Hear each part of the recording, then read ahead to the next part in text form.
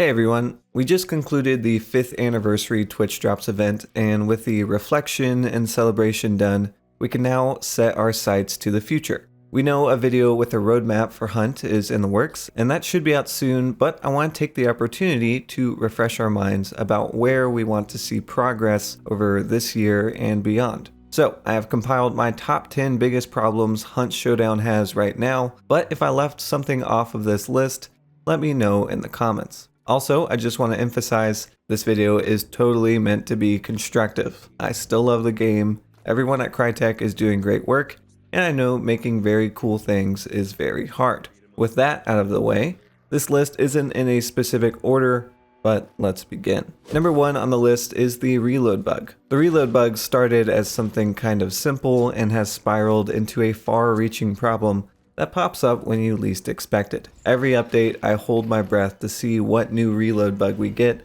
and we usually get one. Now, the devs have communicated that they are working on this, and I believe them. I imagine this is one of the highest priorities right now, but because of how prolific this bug has been, I just want to mention it first on the list because I imagine it'll come up in the comments. Hopefully, this is mentioned in the roadmap or an update in the near future.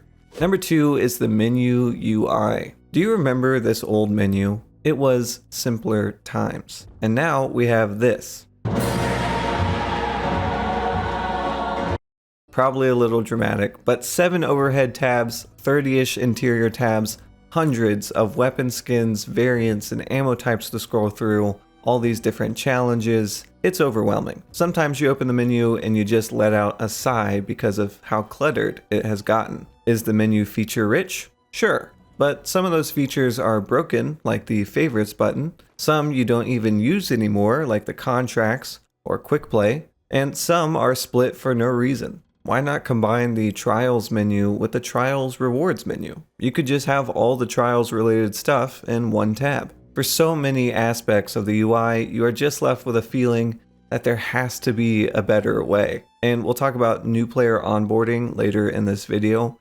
But just as an added point to this, the UI is definitely an obstacle for new players getting into the game. Number 3 is server stability. This is a tough one. I know servers are complicated and even AAA titles like Apex Legends and Warzone have their own hiccups with servers, but server stability has been pretty up and down for the lifetime of Hunt. Most recently, I've been queuing into empty or half-empty lobbies, not even at weird times of day, just like normal afternoon. Surely there's 12 people in the eastern US playing Hunt Showdown, and no, I still get some empty lobbies. Not every lobby, but some. So, whether it's me sitting at a reconnect screen or just having a really quiet match, the server stability and performance should definitely be a priority. Also, on this topic of reconnect, just because I assume it's related, the reconnect feature is a very welcome addition, and I'm so glad they added it. But hopefully it sees further optimization in the future. On console, it rarely works, and on PC, it just takes forever.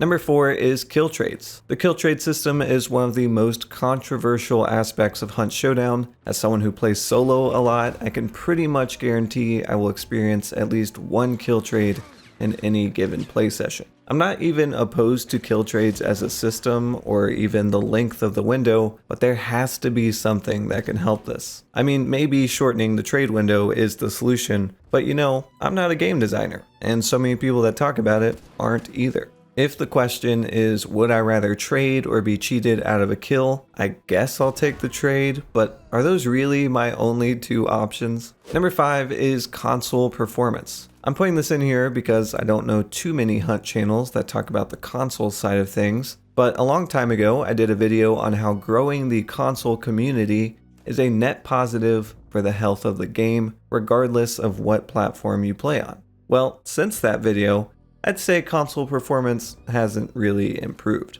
To be fair to Crytek, they did raise the FPS cap on the Xbox Series S and X and the PS5, but there is definitely more to do. Toxic Pancake has a good video for a wish list of console improvements, and I'll link that in the description. The devs have said we will hear more about a next-gen upgrade for consoles in the future, and I hope those plans get communicated clearly, because right now, I think the console version of Hunt Showdown, especially on the Xbox One and the PS4, is a tough sell. I do still enjoy visiting Hunt on Xbox, but I want to see what the game can be on those platforms with a little TLC.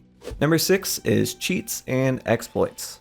Here's a tip, Crytek. Get rid of the cheaters. There you go. My consultation fee will be sent in my next email. Okay, but really, I know Crytek knows about cheaters, I get that, but there are so many versions of technically allowed third-party programs right now, and I think we are at a point where Crytek should take a stance. If NVIDIA game filters were banned, reshade should be too. I already don't like night maps because it looks bad on video, but it feels so much worse to get killed by a streamer, and then you hop in their stream, and you see the reshade menu open, or their colors are all blown out. It just doesn't feel good, and that has happened to me multiple times. Again, to be fair, no one wants a Streisand effect. I don't want Crytek to make a public PowerPoint discussing all the possible hacks and where to download them. I'm just saying I hope those conversations they're having about this topic are happening with the intent to make actionable decisions about it.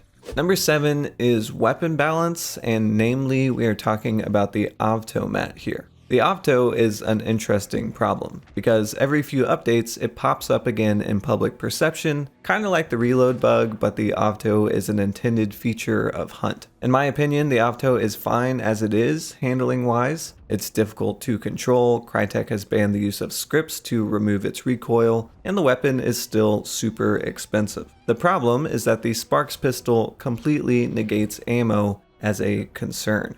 And I mean, this isn't a novel discovery for this video, but it has been this way for a while now, and it might be time for the Avto to be special ammo, history be damned. But you know, the Avto is already kind of a history be damned weapon anyway, so that sounds like a win-win. Basically, I just want to see what the devs have planned for the Avto, because I know a lot of people, when they hear one, they just kind of head for the exit, and I don't blame them. Number 8 is the Quickplay MMR. MMR and Quickplay are normally two separate categories, and if Crytek wants to address them as such, that's no problem to me. But I think everyone is aware that some players use Quickplay to drop their MMR. Do I think it's widespread? No. Who really has that much time? But the people that do have that much time can totally abuse the MMR system, which is itself a bit finicky. I can't think of any other game where you can enter a separate mode to drop your skill-based matchmaking rating to get easier matches in the main mode that everyone plays the game for.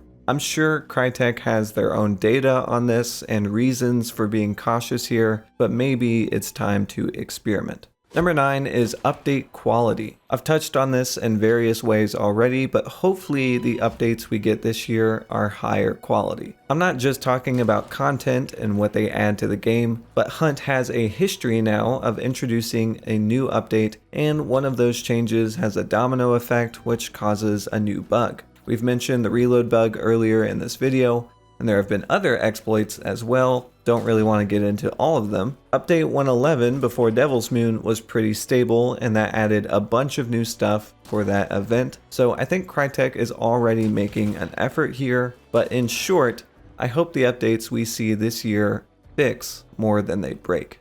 Number 10, new player orientation. Our final problem looks like this. A new player sees a clip for Hunt and they think it looks totally cool, so they buy the game in the Crytek store using code HOME so they get a discount. They launch it, and then what? They play through the training and maybe that gives them some kind of bearing on how the game works. But does anyone really think that a fully green, white-shirted hunter is going to have a pleasant onboarding experience with how much stuff is in the game right now?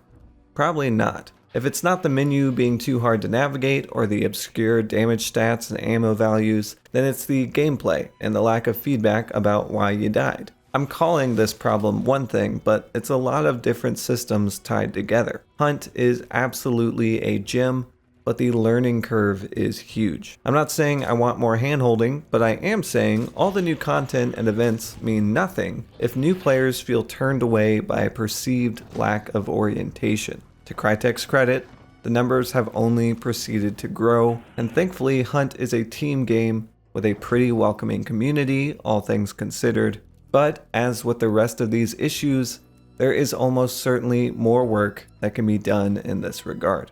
Okay, that is my list of Hunt Showdown's 10 biggest problems. Leave a like if you enjoyed the video, or you can dislike if you think I'm totally off base. I'll be covering that roadmap video whenever that goes live, and let me know your top priorities for Crytek to fix down below, and maybe someone over there will see all of our problems and at least take note. Until the next video, goodbye.